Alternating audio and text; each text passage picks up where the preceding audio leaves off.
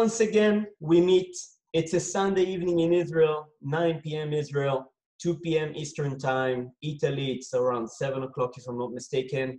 And I'm so happy to bring you the top experts in Israel, the ones that make your experience an unforgettable one. Without further ado, I want to present today's guest, Nimrod Astel. Nimrod is a martial arts specialist. He's a technical consultant, action choreographer and coordinator, agent for action extras. But guys, we are here to hear Nimrod Astel behind the scenes of Fauda. That's number one. Secondly, we're gonna hear the personal story of Nimrod. So without further ado, behind the scenes of Fauda, I want to welcome Nimrod. Hi, good evening. Pleasure to meet you all, and I'm very glad to be here. My name is Nimrod Astel, as Aviv just introduced. Martial arts is part of what I do. I mainly use as a consultant and instructor for special, to handle your sense of personal safety and security, involving the physical aspect, but also the mental aspects. I was very fortunate that one of the highlights of my growing career was working with the show Fauda. So it's been quite a journey, and now Fauda sort of speaks for itself, because it was a very challenging production, to say the least, during very special times. It was during Tzuk Eitan. If anybody remembers, it was in 2014. And the first day of shooting, of filming, was actually canceled because of riots that were all over, Arab villages and cities. On that day, the production received a telephone call from the mayor of Kfar Qasim, which is the Arab town where most of the filming was done. And he personally vouched for our safety and requested our presence, and saying how important it is for them that we will be there to film the show. And it was not something to be taken lightly those days. I mean, like the war was breaking out with the Palestinians, and it was, all hell broke loose all over the country.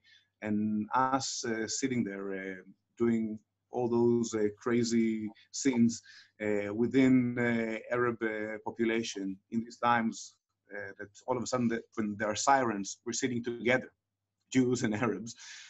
So it was quite a production, and which kind of symbolizes everything that is going on in this country. So, yeah. Nimrod, is it true or not that the whole budget for season number 1 is about the budget of 1 or 2 episodes from season number 3? I don't know about season number 3, okay? Surely, the budget has grown because, there are larger expectations and more characters inside and everything. But, the hard work per film, per scene or per action scene remains very, very challenging. And it was, the first season, but if you would compare it, it would be as much as one pilot cost in the US, one episode pilot. And it was quite crazy because we needed to do everything on site and to improvise so much and to rely on so many people with their good faith, volunteering, opening their homes.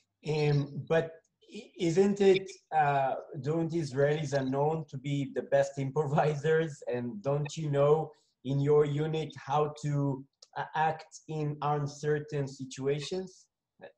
Did it help? What we've done, we took it to the highest levels, I guess, in this show, because the amount of unpredictable events that were happening during filming is not something that you can that is normally happening, in an American production, in Hollywood production, where everything is planned, and every time it feels like against all odds. not something that, oh, it goes right on plan. No, it's against all odds. And every time you manage to complete something, you say, how on earth did this happen? I have no idea. So it was. So we have more people joining us, and I want to warm up people, and we're going to do some questions to see how savvy, how addicted you are to the series Fauda. You ready?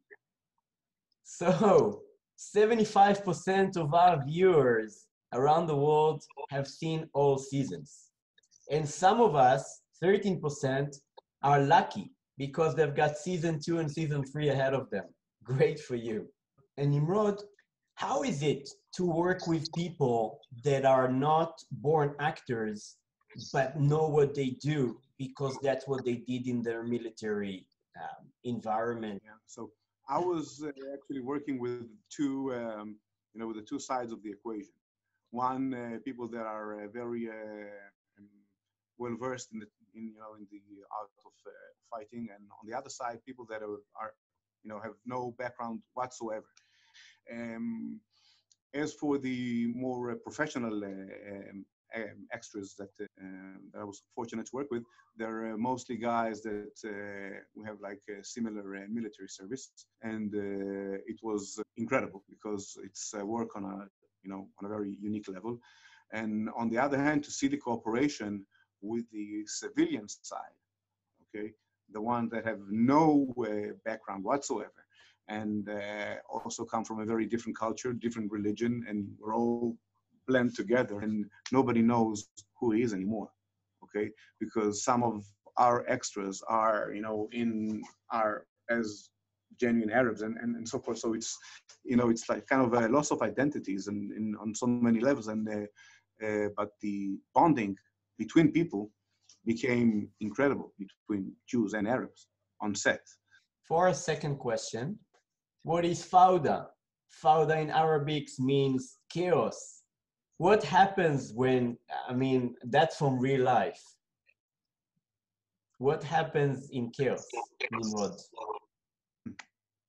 Pretty much just as it sounds, and everything is very, very liquid and very flammable.